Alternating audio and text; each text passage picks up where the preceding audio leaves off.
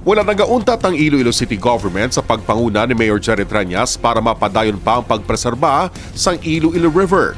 Kay nasang aga, kapin 1,700 ka mga fingerlings ang isda nga bulgan ang ginpangbuyan sa Iloilo River. Para sa Office of the City Agriculturist, ini ang pamaagi para mayara sang makuhaan sang pagkaon ang mga Ilonggo samtang ginaminte na ang katindo sang suba. Nangin palangabuyan man ang suba para sa iban pa nga mga manugpangisda nga nagasalig sa hulik nga ila makuha. Para kay Mayor Jerry Trias, ang dispersal sa mga isda ang nagapasiguro sang pagpadayon sang pag-uswag pa sang syudad sang Iloilo. Ang pag-amlig sang suba ang nagakahulugan man sang pag-amlig sa mga dunang manggad sang Ilonggo. Nahibaluan, masulod na sa isa ka dekadang programa ni Mayor Jerry Trias para mapabilin nga matinlo kag buhi ang Iloilo River.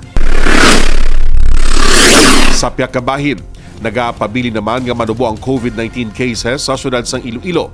Sang Nobyembre 15, siyam ang na-record sang Iloilo City Health Office. Samtang base naman sa pinakauling nga COVID meeting sang syudad sang Iloilo, pahanugutan na mga bars kag nightclubs kalakip ang mga video key bars.